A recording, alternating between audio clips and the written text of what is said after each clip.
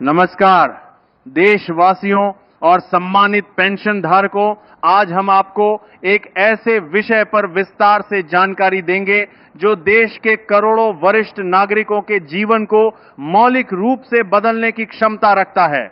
यह मुद्दा केवल सरकारी नीति का हिस्सा नहीं है, बल्कि यह उन लाखों बुजुर्गों की आकांक्षाओं, उनके अधिकारों और उनकी गहरी चिंताओं से जुड़ा हुआ है।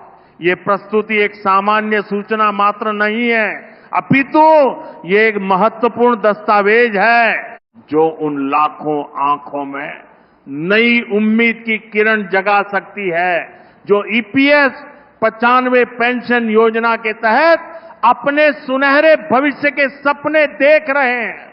यदि आप स्वयं इस योजना से जुड़े हैं या आपके परिवार में किसी बुजुर्ग सदस्य ने अपना पूरा जीवन इस देश की सेवा में लगा दिया है, तो इस संपूर्ण विश्लेषण को अंत तक देखना आपके लिए अत्यंत आवश्यक है। देश की राजधानी दिल्ली के सत्ता प्रतिष्ठानों से आज एक ऐसी महत्वपूर्ण खबर सामने आ रही है जिसने हर उस बुजुर्ग के जीवन में खुशी की लहर पैदा कर दी है जो दशकों से इस ऐतिहासिक पल का इंतजार कर रहा था। विश्वसनीय सूत्रों से मिली जानकारी के अनुसार प्रधानमंत्री नरेंद्र मोदी ने एक ऐतिहासिक फाइल पर अपनी स्वीकृति प्रदान की है, जो उन बुजुर्गों के लिए किसी वरदान से कम नहीं होगी जो आज बढ़ती महंगाई और सीमित आय के कारण कठिनाइयों का सामना कर रहे हैं। अब सबसे बड़ा सवाल जो हर किसी के मन में उठ रहा है वह ये है कि क्या वास्तव में 1 फरवरी से आपके बैंक खाते में 7,500 रुपए की न्यूनतम मासिक पेंशन के साथ साथ महंगाई भत्ता भी आना शुरू हो जाएगा? क्या कमांडर अशोक रावत की वह चेतावनी जिसमें उन्होंने सरकार को स्पष्ट शब्दों में कहा था कि अब और प्रतीक्षा संभव नहीं है, अंततः सफल हो गई है। आज के इस विस्तृत और गहन विश्लेषण में हम उस गोपनीय सरकारी दस्तावेज के हर पहलू को आपके सामने रखेंगे जिसे अब तक किसी भी मुख्य धारा के मीडिया ने आप तक पहुंचाने का साहस नहीं किया है। कृपया इस पूरी प्रस्तुति पर अपना अटूट ध्यान बनाए रखें, क्योंकि यदि एक भी पंक्ति आपसे छूट गई तो आप उस महत्वपूर्ण और निर्णायक जानकारी से वंचित रह जाएंगे जो आपके आने वाले कल को पूरी तरह से बदल सकती है। आप सभी को वो दिन याद होगा जब कमांडर अशोक रावत ने जंतर मंतर पर खड़े होकर सरकार को अपनी अंतिम और कड़ी चेतावनी दी थी। उन्होंने बड़े ही स्पष्ट और सख्त शब्दों में कहा था कि अब बहुत हो गया, अब और इंतजार नहीं किया जाएगा। और अब विभिन्न अति विश्वसनीय स्रोतों से जो जानकारी लगातार मिल रही है उसके अनुसार इस बार केंद्र सरकार ने अशोक रावत जी की उन 4 प्रमुख मांगों को बिना किसी संशोधन के पूरी तरह स्वीकार कर लिया है। यहां ये बात उल्लेखनीय है कि सूत्र यह भी संकेत दे रहे हैं कि 1 फरवरी को संसद के बजट सत्र के दौरान वित्त मंत्री निर्मला सीतारमण या फिर स्वयं प्रधानमंत्री नरेंद्र मोदी इस ऐतिहासिक घोषणा को कर सकते हैं। लेकिन कृपया एक क्षण रुके, क्योंकि इस पूरे मामले में कुछ अनसुलझे प्रश्न और रहस्य भी गहराई से छिपे हुए हैं। क्या ये 7,500 रुपए की पेंशन हर ईपीएस 95 पेंशन भोगी को समान रूप से मिलेगी, या फिर इसमें कोई विशेष शर्तें और पात्रता मानदंड जोड़े गए हैं? क्या पात्रता के नए और सख्त मानदंड बनाए जाएंगे? आइए हम आपको इस मामले की गहराई तक ले चलते हैं और उन सभी गोपनीय बातों से अवगत कराते हैं जिनका आप तक पहुंचना नितांत आवश्यक है। हमारे अत्यंत विश्वसनीय और उच्च स्तरीय स्रोतों के अनुसार 1 फरवरी से लागू होने वाले नए प्रावधानों में पूरी पेंशन व्यवस्था को 3 मुख्य श्रेणियों में विभाजित किया गया है। पहली श्रेणी में वे सभी बुजुर्ग शामिल किए जाएंगे जिनकी वर्तमान मासिक पेंशन मात्र 1,000 रुपए है। ऐसे सभी पेंशन भोगियों को सीधे तौर पर 7,500 रुपए मासिक के नए पेंशन वर्ग में शामिल किया जाएगा। ये उनके जीवन स्तर में एक क्रांतिकारी और मौलिक बदलाव साबित होगा, क्योंकि आज के समय में 1,000 रुपए में तो मुश्किल से ही कुछ दिनों का गुजर बसर हो पाता है। दूसरी श्रेणी सबसे महत्वपूर्ण और ऐतिहासिक है और वह है महंगाई भत्ते का प्रावधान। आप सभी भली भांति जानते हैं कि ईपीएस 95 योजना के अंतर्गत अब तक महंगाई भत्ते की कोई व्यवस्था नहीं थी, लेकिन नई व्यवस्था में अब पेंशन भोगियों को भी केंद्र सरकार के कर्मचारियों की भांति महंगाई भत्ता दिया जाएगा। इसका सीधा और गहरा तात्पर्य यह हुआ कि आपकी पेंशन प्रतिवर्ष महंगाई दर के अनुसार स्वतः बढ़ती रहेगी और आपकी क्रय शक्ति स्थिर और सुरक्षित बनी रहेगी। तीसरी और अत्यंत महत्वपूर्ण श्रेणी में स्वास्थ्य सुरक्षा का एक बड़ा और अनमोल उपहार छिपा है। यह है निःशुल्क चिकित्सा सुविधाओं का आयुष्मान भारत योजना के साथ एकीकरण।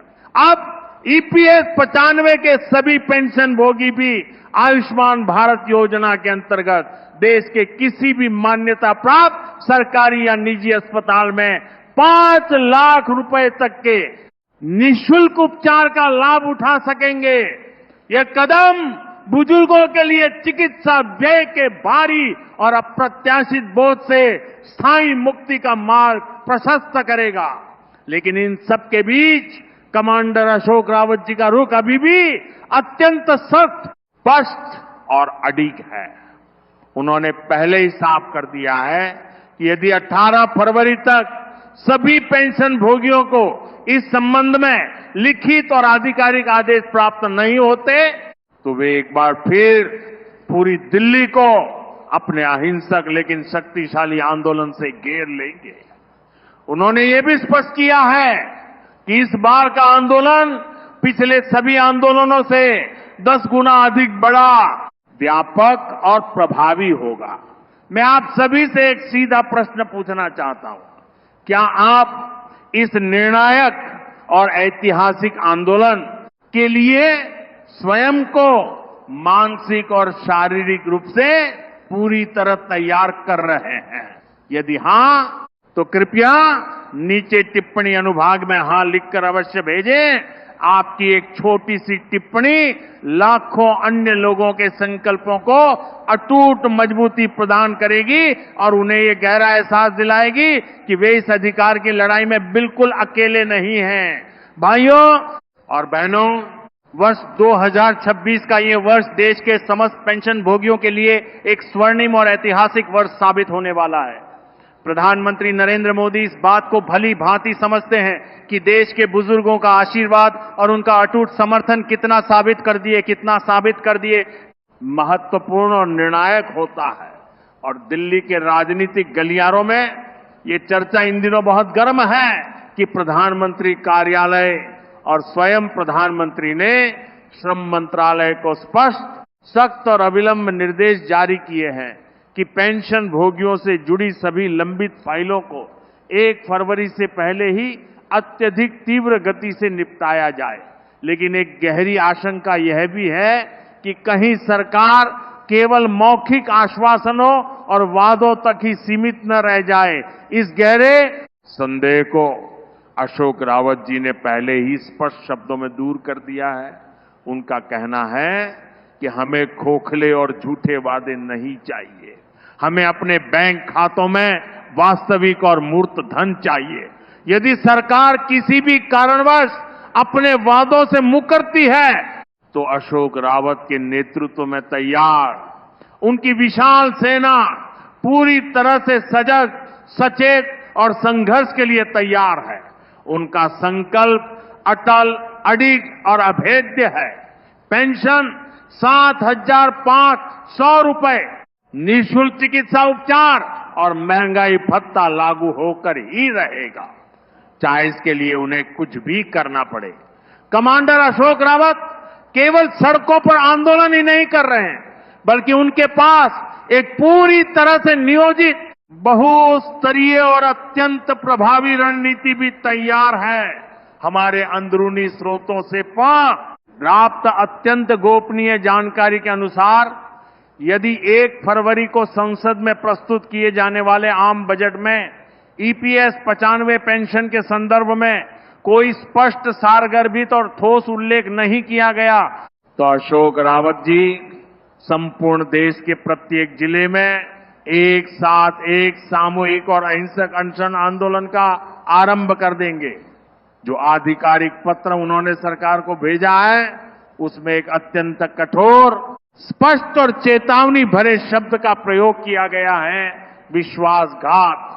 रावत जी का मानना है कि यदि सरकार ने इस बुजुर्ग पीढ़ी के साथ विश्वासघात किया, जिन्होंने आजादी के बाद इस देश के पुनर्निर्माण और विकास में अपना संपूर्ण जीवन समर्पित कर दिया, तो आगामी लोकसभा चुनावों में सरकार को इसका कड़वा और गंभीर परिणाम भुगतना पड़ सकता है।